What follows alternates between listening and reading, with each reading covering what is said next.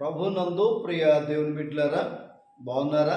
ఉదయకాల సమయం ఈ రీతిగా మిమ్మల్ని కలుసుకోవడానికి, మీతో పాటు కలిసి ప్రార్థించడానికి ఆ దేవుడు ఇచ్చిన కృపను బట్టి కృతజ్ఞతలు చెల్లిస్తూ ఉన్నాము. మానుదిన ప్రార్థన ద్వారా మీరు మేలు పొందుతున్నారు. అయితే మరి మీరు మీ కామెంట్ల ద్వారా తెలియచేయండి. అలాగే మీకు ప్రార్థన అవసరతలు ఉన్నవారు కూడా తెలియచేయండి. మీ కొరకు తప్పకుండా ప్రార్థన చేస్తున్నాం. అలాగే దేవుడిచ్చినటువంటి కుటుంబాలను బట్టి, దేవుడిచ్చినటువంటి బిడ్డలను బట్టి దేవునికి ఎంతగానో కృతజ్ఞతాస్తుతులు చెల్లిస్తూ ఉన్నాం. హల్లెలూయా. చూడండి ప్రతి బిడ్డలారా, మానవుని యొక్క జీవన విధానం రాను రాను ఎలా ఉందంటే, దేవుడు చెప్పిన దానికను మానవుడు చేసిన దానికను వేరుగా ఉండడం గమనిస్తూ ఉన్నాం. దేవుడు చెప్పింది చేయట్లేదు. అందుకనే కుటుంబాల్లో చాలా అధ్వానంగా ఉంటున్నాయి, కుటుంబాలు చాలా అస్తవ్యస్తంగా ఉంటున్నాయి. అందుకనే దేవుని వాక్యం ఏం చెప్తుందో వినండి. కీర్తన గ్రంథం 147వ అధ్యాయం, కీర్తన గ్రంథం 147వ అధ్యాయం 14వ వచనం. నీ సరిహద్దులలో సమాధానము కలుగు చేయవాడు ఆయనే, మంచి గోధుమలతో నిన్ను తృప్తిపరచువాడు ఆయనే. చూడండి, నీ సరిహద్దులలో సమాధానము కలుగు చేయవాడు అంటే ప్రతి ఒక్క జీవితంలో ఒక మేర సరిహద్దు అనేది ఉంది. ఆ సరిహద్దులలో ఏం కావాలంటే సమాధానం కావాలి. అర్థమైంది? ఇప్పుడు పాకిస్తాన్కి మన దేశానికి సరిహద్దు ఉంది. మరి వారికి మనకి సమాధానం కావాలంటే సమాధానం కలిగి చేయవారు ఎవరు అని అంటే దేవుడు. మరి ఎవరి వైపు మనం చూడాలంటే దేవుని వైపు చూస్తే సమాధానం కలిగింది. అలాగే నీ పొరుగు వారికి, నీ ఇంటి వారికి మధ్య సరిహద్దులు ఉన్నాయి.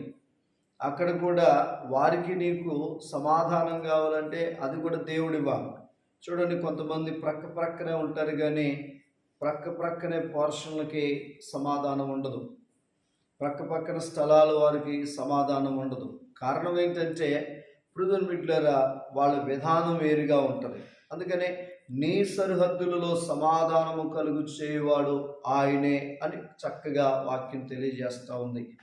నువ్వు నెమ్మదిగా పడుకోవాలంటే నీ సరిహద్దులో సమాధానం ఉండాలి. నీ సరిహద్దులో సమాధానం ఉండాలంటే నువ్వు దేవుని కలిగి ఉండాలి.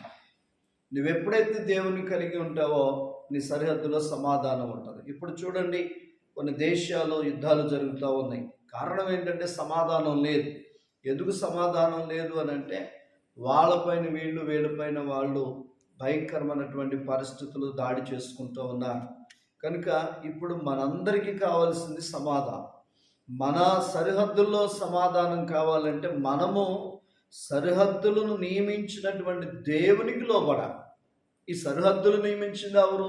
దేవుడే. ఇలా పంచింది ఎవరు? దేవుడే. ఇలా చేసింది ఎవరు? దేవుడే. కనుక మనము దేవునికి లోబడితే అన్ని సమాధానంగా ఉంటాయి. రెండోది ఏమంటున్నాడు? మంచి గోధుమలతో నిన్ను తృప్తిపరచువాడు ఆయనే. ఎలాంటి అంట? మంచి గోధుమలతో ఆయన నిన్ను తృప్తిపరుస్తాడు.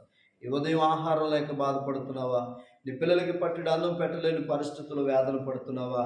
ప్రియ దేవుని బిడ్డ, ప్రార్థన చేయి. నీ కరువు దినాల్లో, నీ ఇబ్బందికరమైన దినాల్లో మంచి గోధుమలతో ఆయన నిన్ను తృప్తిపరచువాడు కనుక ఆయన దగ్గర చక్కగా నమ్మకంగా ఉండు. దేవుడు నిన్ను పోషిస్తాడు, సమాధానం ఇస్తాడు. కళ్ళు మూసుకుందాం, ప్రార్థన చేసుకుందాం. పరిశుద్ధుడా, ప్రేమ కలిగిన దేవా, నీ కృప చేత ఇప్పటి వరకు ఆహారం ఇచ్చి, వస్త్రాలు ఇచ్చావు, అందుని బట్టి స్తోత్రాలు. తినటానికి తిండినిచ్చావు నాయన, జ్ఞానం ఇచ్చావు, పరిశుద్ధమైన జీవితాన్ని ఇచ్చావు, అందుని బట్టి కృతజ్ఞతలు చెల్లిస్తున్నాం. ఈ యొక్క వాక్యాన్ని వింటున్న వారిని దర్శించండి. వారి సరిహద్దుల్లో ఒకవేళ స్థలాల దగ్గర, పొలాల దగ్గర గొడవలు జరిగి నెమ్మది లేని వారిగా ఉంటే వాళ్ళకి నెమ్మది, సమాధానము దయచి, అలాగే నాయన మంచి గోధుమల చేత వాళ్ళు తృప్తిపరచని కృప చూపించు. పరిశుద్ధాత్మ పండుగలు జరుగుతుండగా అందరినీ కూడా స్థలానికి నడిపించి వేరే దేవుడిగా దిగివచ్చి మాట్లాడి మహిమ పొందమని యేసు నామములో అడుగుచున్నాను తండ్రి. ఆమేన్. God bless you.